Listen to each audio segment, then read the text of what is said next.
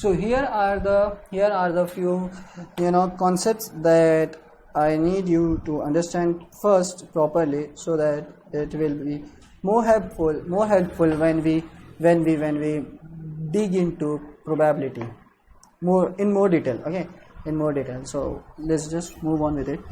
Sample space. Well, we all know that possible collection होता है, set of all possible outcomes of an experiment. उन्होंने भी वही चीज लिखी है, nothing else. Let me just zoom in a bit. Okay, let's move on to the next. Discrete sample space. A sample space whose elements. What discrete sample space? A sample space whose elements are finite or infinite but contain a discrete sample space. Well, इतना हमको ऐसे definition देने में क्या मतलब बन रहा है इनका. Anyways, a sample space whose elements are finite or infinite but countable, but contains नहीं, but countable. तो उसको उन्होंने बोला है but countable is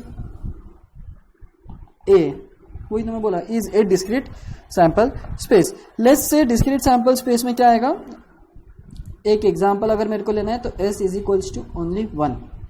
This is what discrete sample space is. Now continuous sample space, a sample space whose elements are infinite and uncountable, or assume all the real values on real line R or on an interval capital R is a continuous sample space. Let's say जैसा मेरा जो समझो ये है, क्या बोलते तो, मेरा जो आउटकम्स है वो रियल लाइन पे एग्जिस्ट कर रहा है. इन सच केस जो मेरा सैंपल स्पेस बनेगा, मेरा जो कलेक्शन बनेगा आउटकम का, वो कलेक्शन कैसा होगा, कंटिन्यूअस होगा, क्योंकि वो एक लाइन से इवेंट्स को कंटेन करेगा उसके अंदर. दैट इज वाई डिस्क्रीट यानी कि क्या, सिर्फ और सिर्फ एक ही इवेंट अलग से. ओके, और यहाँ पे इनफाइनाइट और अनकाउंटेबल इसलिए भी बोला गया है क्योंकि we all know that real number में इनफाइनाइट नंबर्स होते हैं. Also we know that when we are talking about some interval 0 और 1, जो भी बच्चे ये सोचते हैं कि इनके बीच में 10 नंबर है, वो अभी तक के भ्रम में जी रहे हैं, अपनी नींद से उठे बाहर आए. एक बात समझ ले कि 0 और 1 के बीच में there are infinite numbers. If you do not believe me, Google it. Okay, तुमको पता चल जाएगा कि इंटरवल 0 और 1 के बीच में देयर आर इनफाइनाइट नंबर्स. ठीक है. सो एनीवेज, इसलिए उन्होंने बोला है इनफाइनाइट और अनकाउंटेबल, और उसी साथ में उन्होंने इंटरवल का भी नाम लिया है. अगर इंटरवल में इनफाइनाइट नंबर्स नहीं होते तो यहाँ पे वो मेंशन ही नहीं करते. So here's your another proof कि इनफाइनाइट क्यों रहता है. Okay, anyways, you are not going into that. So what is continuous, what is discrete and what is sample space, ये एक ही बात है. वो अपने लिए इतना डिटेल में जाने की जरूरत नहीं अपने को. Just we should understand. Sample space तो तुमको पहले से बता के रख दिया था मैंने. थोड़ी सैंपल स्पेस के और 2-3 टाइप्स थे, वो भी बता के रख दिया. सो इफ इन केस आगे कुछ काम आता है कभी, सो यू विल नो कि what sample space is, what discrete sample space is, what continuous sample space is. अब event, what do you mean by event?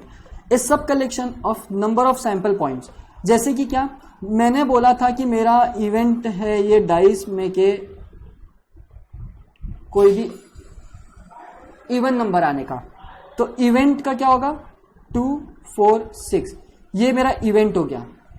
ये इवेंट किसका कलेक्शन है, किसका सबसेट है, इसका सबसेट है 1 2 3 4 5 6. और ये क्या है मेरा, ये मेरा सैंपल स्पेस है. तो सैंपल स्पेस का एक सबसेट बोलो या collection of number of points from a sample space is nothing but a event. Okay, ये सब चीजें बस ऐसे पढ़ के रखो, इसका अपने को कुछ मतलब लेना देना नहीं है. तुमको भी पता है बेसिक कि व्हाट इवेंट इज, इवेंट क्या होता है. बट अगर मैथमेटिकल टर्म्स में बोलना है, एग्जैक्टली टर्म टू टर्म तुमको जाना है, देन यस, सैंपल स्पेस में के कुछ कलेक्शन को लेके अगर आप एक सेट बनाओगे, सैंपल स्पेस में के कुछ कलेक्शन को लेके अगर आप एक सेट बनाओगे, तो in such case that's it is known as events और event. Now will move on with the next, null event. अब ये तो सबको ही पता है नल इवेंट क्या होता है. नल इवेंट यानी कि जीरो, कुछ भी नहीं हो रहा है उसमें, कुछ भी ऑकर नहीं हो रहा है, वो simple event. An event consisting of 1 sample point.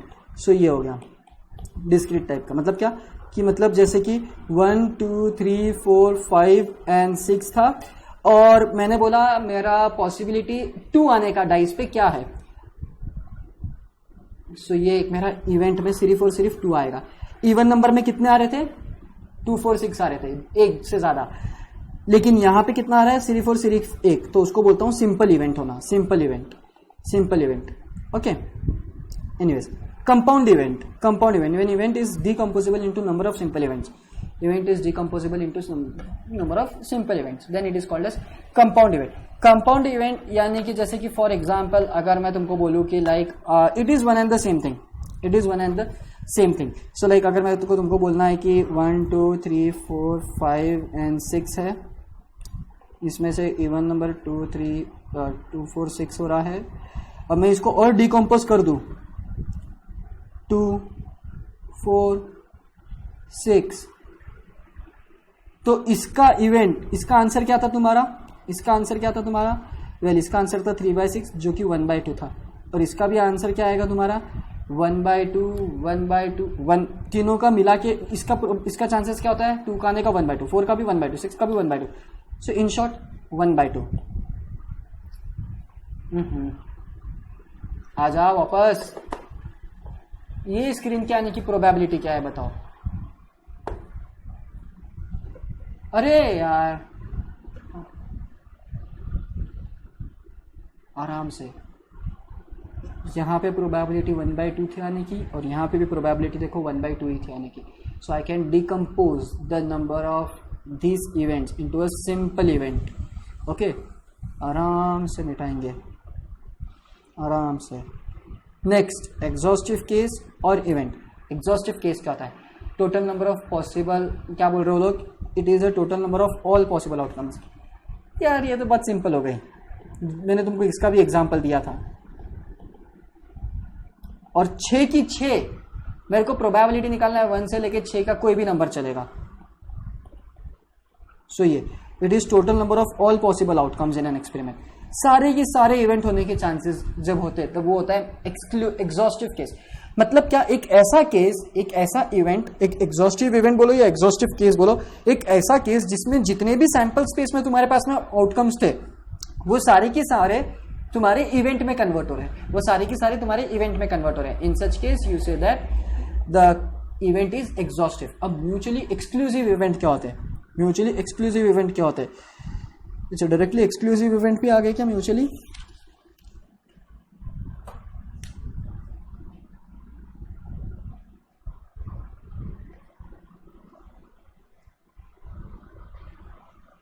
ठीक है, next mutually exclusive event.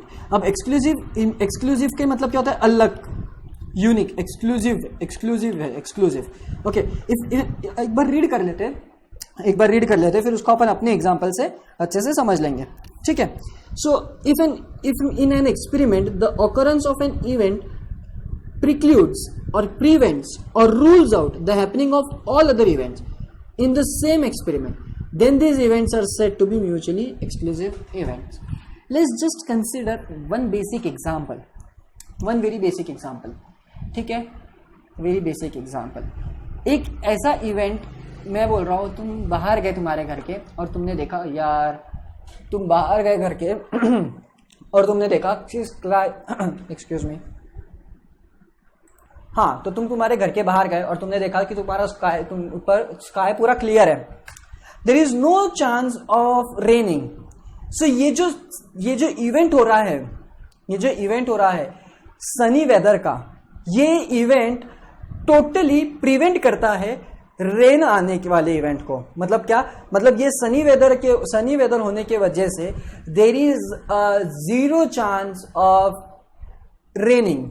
So in such case, या तो मैं और बेटर एग्जांपल दूं तुमको, तो what is the probability of getting 1 when I roll a dice?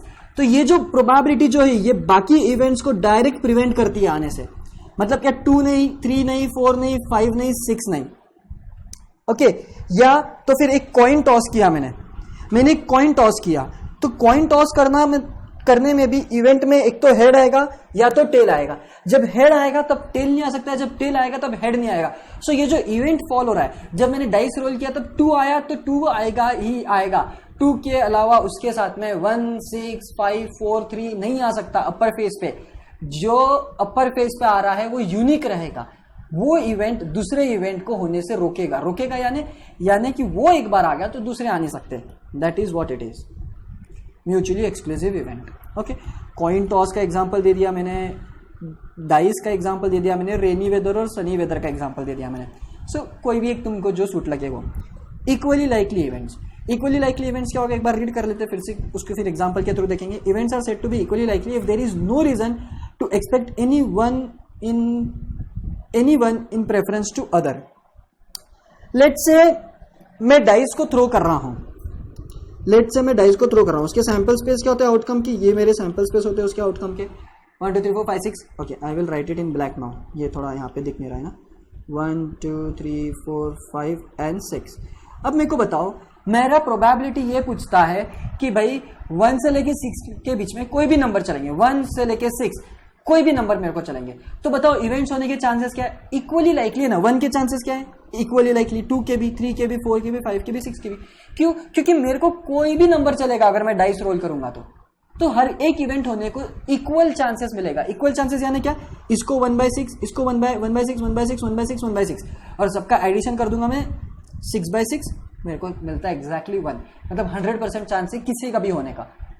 And वो जो इवेंट होता है, वो जो इवेंट जिसमें सारे इवेंट्स होने की प्रोबेबिलिटी है, सारे इवेंट्स होने के चांसेस है, in such events are known as equal likely events. Equally likely, मैं कब से ये शब्द यूज भी करते आ रहा हूं। सन का अराइज होने का सर्टेनिटी इज मोर लाइकली और less likely, equally likely, less likely, more likely, equally likely, ये सब चीजें है वो। We can relate it to our very day to day life examples, अपने को समझ में आ जाएगी टर्मिनोलॉजीज क्या कहना चाहते हैं अपने से। Anyways, collectively exhaustive events, the total number of events in a population exhaust the population, so they are known as collectively exhaustive events.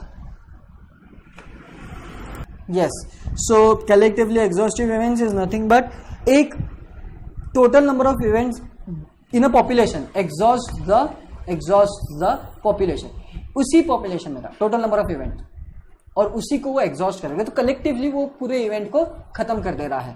So that is what collectively exhaustive events are, collectively मिला के।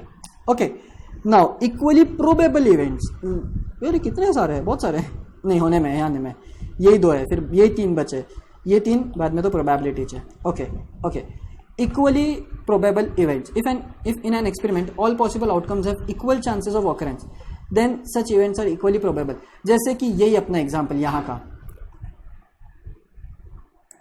सो equally probable events मतलब ही अपना ये था कि जैसे कि अगर समझो टोटल अपने पास में आउटकम्स है और आउटकम्स में से जितनी भी आउटकम्स है सब में से अगर अपना कोई ना कोई एक इवेंट ऑकर हो रहा है, सो हर एक इवेंट को इक्वली चांसेस मिलेगा या इक्वली प्रोबेबिलिटी हर एक की रहेगी। So that is nothing but equally probable events. Now next is our favourable cases. अभी favourable cases is nothing but अपनी कंडीशन को जो चीज मीट करता है, जो चीज अपने को चाहिए, जिसका अपने को चांसेस निकालना है, अगर वो अपने सैंपल स्पेस में है या अपने वो टोटल आउटकम्स में से है, देन इन सच केस वो अपना फेवरेबल केस हो गया। सो अपने अगर कभी बोलते हैं कि अपन अपने फेवर में चल रहा है कोई भी चीज, इसका मतलब अपने को जैसा आउटकम चाहिए वैसा चल रहा है। So that is nothing but favourable cases, the cases which ensures the occurrence of an event is said to be favourable to the event or favorable to the event or favorable case. Next comes independent and dependent event. Well, we all know about independent and dependent events. एक event जब किसी दूसरे event पे depend हो जाता है, then in such case we say that the events are dependent on each other. Whereas एक event दूसरे इवेंट से टोटली अलग है, यानी कि यहाँ पे मैं क्रिकेट खेल रहा हूँ और वहाँ पे कोई टेनिस खेल रहा है, तो ये इवेंट्स टोटली इंडिपेंडेंट एक दूसरे पे। सो अगर मैं ऐसा बोलूंगा कि let's say India cricket match खेल रहा है और वहाँ पे कोई तो 2 लोग टेनिस खेल रहे हैं, सो मैं पूछता हूँ कि इंडिया के जीतने का चांसेस क्या है, तो उसके जीतने का चांसेस कभी भी टेनिस वाले प्लेयर्स के ऊपर डिपेंड नहीं करेगा। एंड सिमिलरली वाइस वर्सा भी होगा केस कि टेनिस वाले प्लेयर का कभी भी यहाँ पे डिपेंडेंसी नहीं रहेगा। We cannot compare those two events, और वो इवेंट्स एक दूसरे पे कभी डिपेंडेंट नहीं रहेंगे। और इसी साथ में फिर अपन डिपेंडेंसी का भी ले सकते हैं। तो डिपेंडेंसी के लिए यस अपन मैं बोल सकता हूँ कि सिर्फ और सिर्फ क्रिकेट मैच की अगर मैं बात कर रहा हूँ और उसी के इवेंट्स के अंदर अगर मैं कोई चांसेस निकालने की कोशिश करता हूँ, तो उसी के अंदर कोई दो इवेंट्स एक दूसरे के ऊपर जब डिपेंडेंट रहते हैं, इन सच केस कोई दो इवेंट अगर मैं जैसे लेता हूँ कि लाइक जैसे फॉर एग्जाम्पल अगर मेरे को लेना है, तो मैं अगर एक एग्जाम्पल अपने पास में बेस्ट एग्जाम्पल रहेगा, तो अगर मैं ले लूँ कि डाइस रोल कर रहा हूँ मैं, तो इन सच केस वहाँ पे डिपेंडेंसी आ जाती है थोड़ी। और अगर कुछ जैसे कि अपने इंडिपेंडेंसी केस में बोला था कि दो अलग अलग ही इवेंट्स हो रहे हैं totally, so those are dependent and independent cases. जब एक्सपेरिमेंट अब उसमें जो अपने को उन्होंने लिख के दिया है डेफिनेशन में, एक बार वो रीड कर ले रहे हैं, सो जस्ट कि अपन क्लियर हो जाए कॉन्सेप्ट से। When the experiments are concluded in such a way that the occurrence of one does not affect the occurrence of other, उसको बोलते हैं हम इंडिपेंडेंट। एंड वेर एज वो तो इन्होंने तो बहुत ही क्लासिक दे दिया है डेफिनेशन डिपेंडेंट का, जो इवेंट इंडिपेंडेंट नहीं है वो डिपेंडेंट है। So this is the classic example to remember things, जो इंडिपेंडेंट नहीं है वो डिपेंडेंट है। And this is how the terminologies are. ये टर्मिनोलॉजीज को लेके अब अपन नेक्स्ट सेशंस में प्रोबेबिलिटी को अच्छे से समझेंगे। So that's it from me guys, thank you.